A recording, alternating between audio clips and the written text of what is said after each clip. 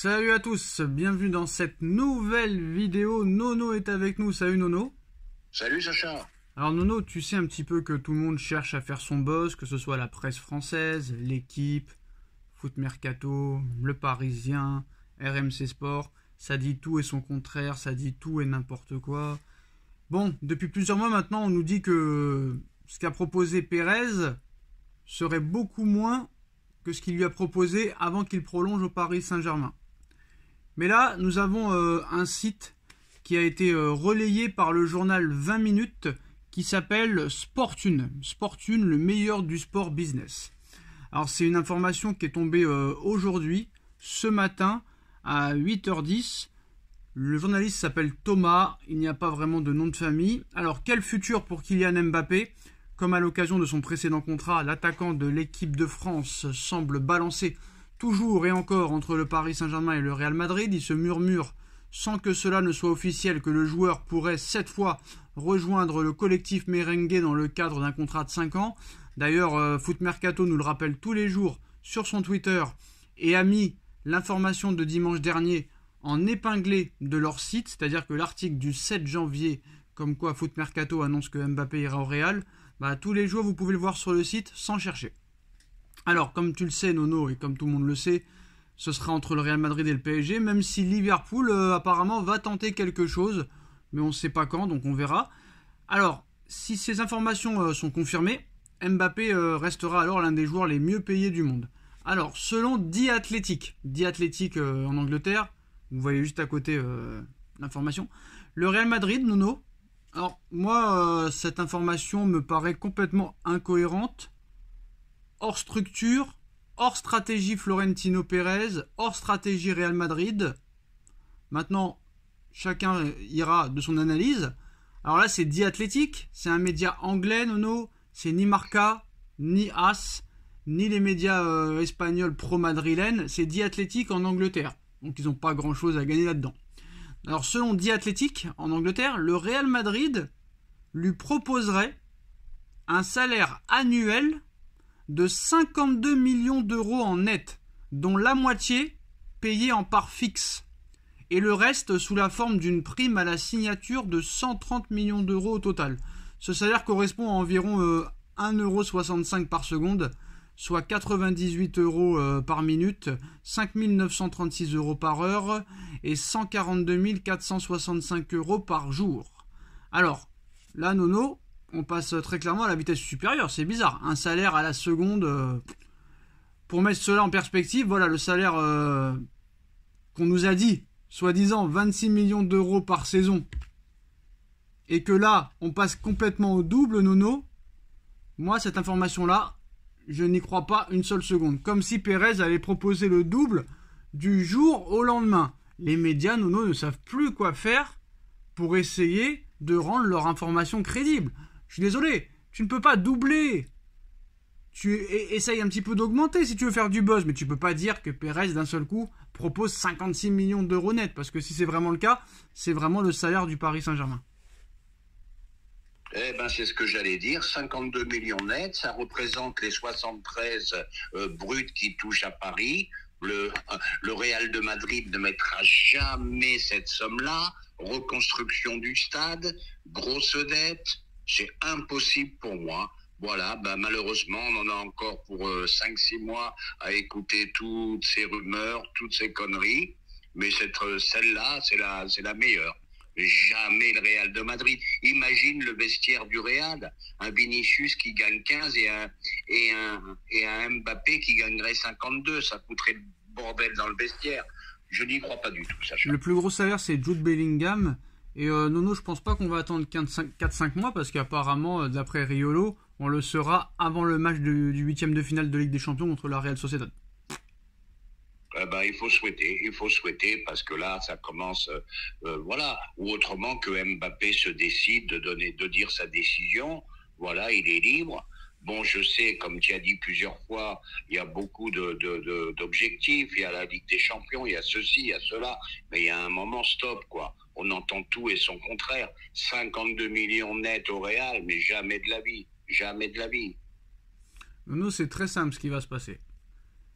Si vraiment Mbappé annonce sa décision avant le match face à la Real Sociedad le 14 février, ça voudra dire qu'il annoncera qu'il prolonge au Paris Saint-Germain.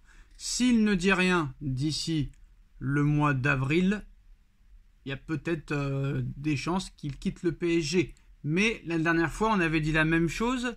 Aucune réaction, aucune décision avant le mois de mai. Et finalement, contre toute attente, Mbappé avait signé au Real Madrid.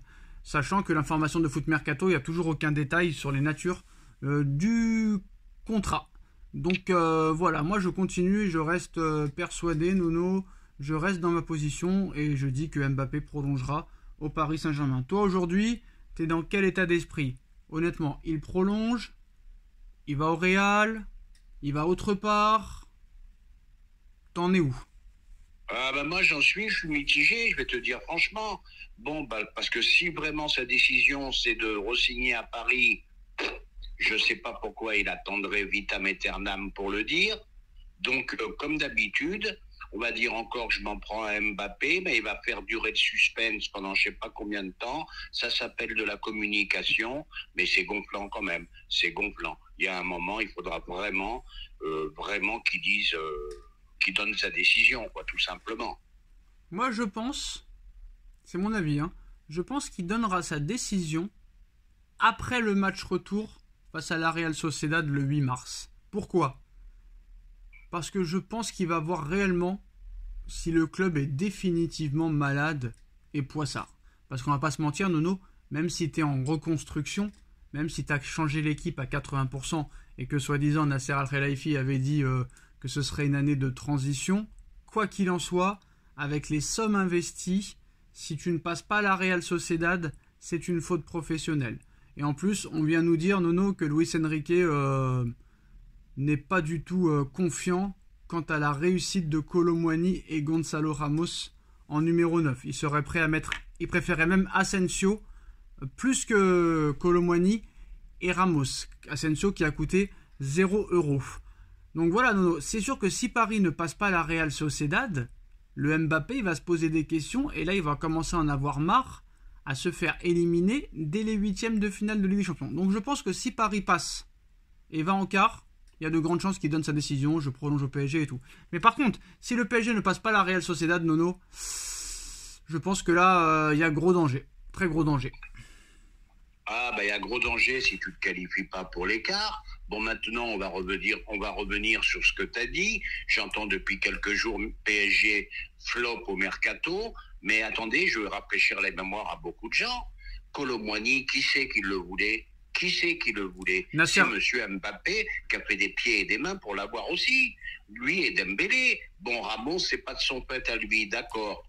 Bon, mais voilà. On lui a donné beaucoup de choses qu'il a voulu.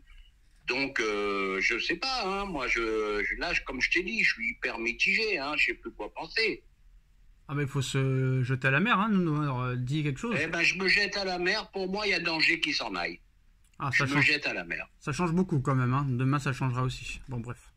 Moi, les gars, vous savez, je suis un homme de valeur. J'ai bien dit, il y a danger. Je suis un homme de valeur et comme l'a dit Nono, si je me trompe pas, le 27 septembre 2022, Sacha est quelqu'un de très droit, qui ne changera pas d'avis.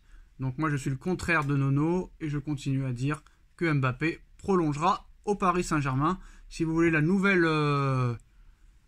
avis de Nono, il faudra être présent demain, peut-être qu'il changera et qu'il verra peut-être à Paris, ou peut-être mercredi à Liverpool, ou à City jeudi, ou peut-être au Barça vendredi, allez savoir. En tout cas, voilà les dernières informations. Et aussi, Nono, petite... Sacha, entre parenthèses, je te coupe, bravo à toi. Tu étais comme Enrique, tu mourras avec tes idées. Bravo à toi. J'ai dit que Neymar ne partirait jamais en 2019 seul contre tous. Neymar est resté. Quand Messi avait fait une interview pendant le Covid à l'été 2020, qu'il était à 1 an de la fin de son contrat, qu'il avait donné une interview qu'il voulait quitter le Barça, mais qu'il était encore en fin de contrat et qu'il n'avait pas prolongé en 2021. J'avais annoncé quelques jours avant c'était au mois de fin juillet. J'avais dit à tout le monde, la vidéo est encore disponible. Allez vers le 28 juillet ou 29 juillet 2021 et vous allez voir ce que je dis. J'ai dit quand une saison va commencer, quand le Barça reprend l'entraînement et que Messi n'est pas là et qu'il n'a toujours pas prolongé, ça veut dire qu'il va partir. 2 jours après, il annonce son départ du Barça et j'annonce qu'il va à Paris, il va à Paris. Pareil pour Icardi, Navas, en 2019, ils sont arrivés. J'avais dit aussi que Neymar prolongerait, il a prolongé. J'avais dit que Mbappé resterait en 2022. Bon, et là je continue à le dire. Et je reste sur mes positions. Et aussi, Nono, je voulais te dire, Yoro de Lille, là. T'as entendu parler? Oui. Soi-disant le grand phénomène, machin, blabla. Comme par hasard, Nono, il y avait un agent. Et depuis que le Paris Saint-Germain est dessus, il a changé d'agent. Et qui est son nouveau agent?